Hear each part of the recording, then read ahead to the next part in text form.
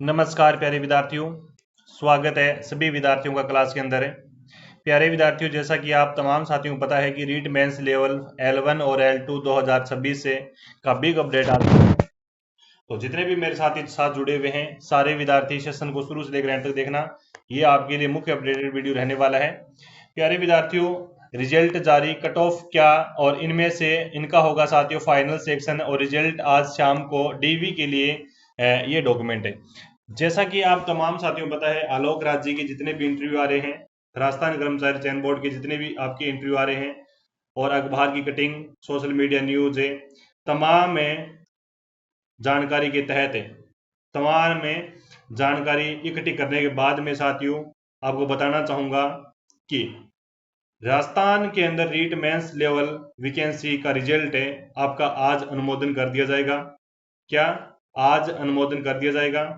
जैसा कि आपको तमाम बच्चों को पता है कि पिछले दिनों से जो हलचल हो रही है रीट वैकेंसी के अंदर है, रीट मेंस वैकेंसी के अंदर है, जो कि आपकी बहुत बड़ी हलचल है।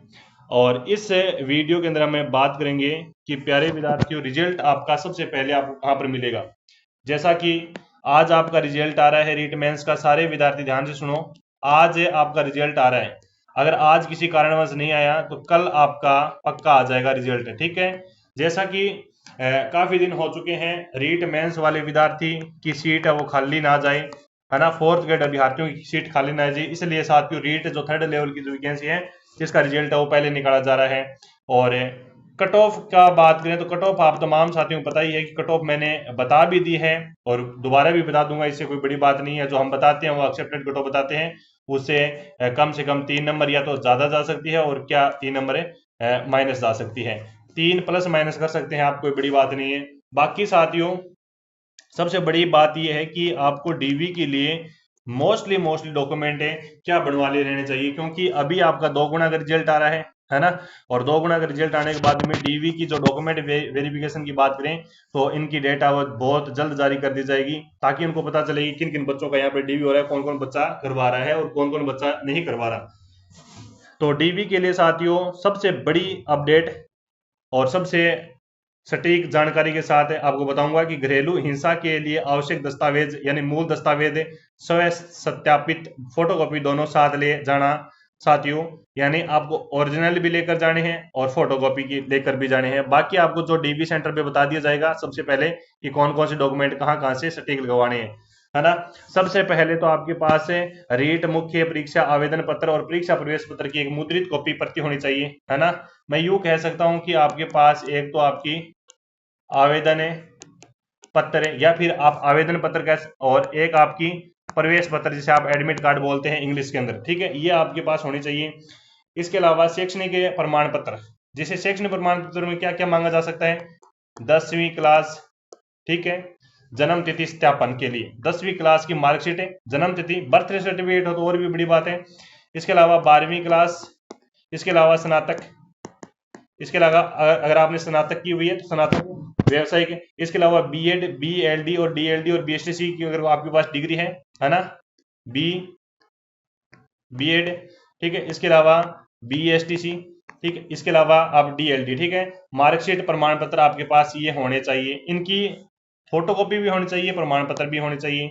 इसके अलावा और क्या मांगा जा सकता है, देखो साथियों, पात्रता प्रमाण पत्र है ना, पात्रता प्रमाण पत्र की मैं बात करूं, जैसे आर क्या आर टी ई टी, क्या R R T E T, ये जरूरी है प्रमाण पत्र, ध्यान रखना सारे विद्यार्थी, ये बनवा लेना सारे विद्यार्थी।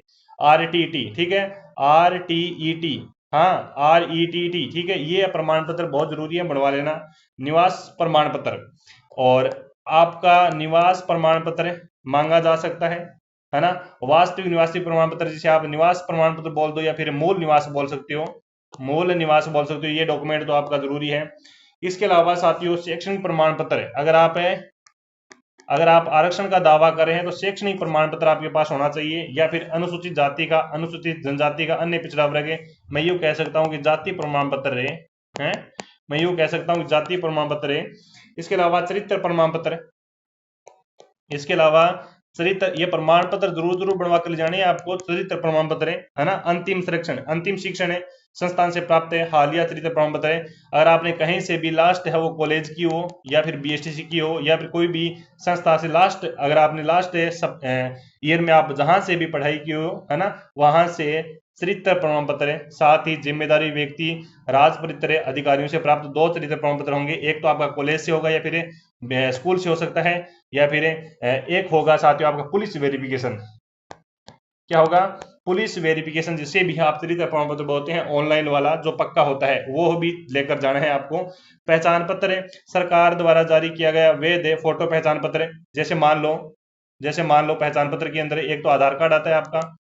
आधार कार्ड प्यारे विद्यार्थियों आपको क्या करवा लेना है? अपडेट जरूर करवा लेना है ना, अपडेट जरूर करवा लेना है। या फिर मतदाता पहचान पत्र, वोटर आईडी हो सकती है आपके पास में, चलेगी, वोटर आईडी हो सकती है। या फिर आपके पास में पैन कार्ड हो सकता है ना, पैन कार्ड हो सकता है, वो भी चलेगा। इसके अलावा ड्राइवर लाइसेंस भी हो सकता है।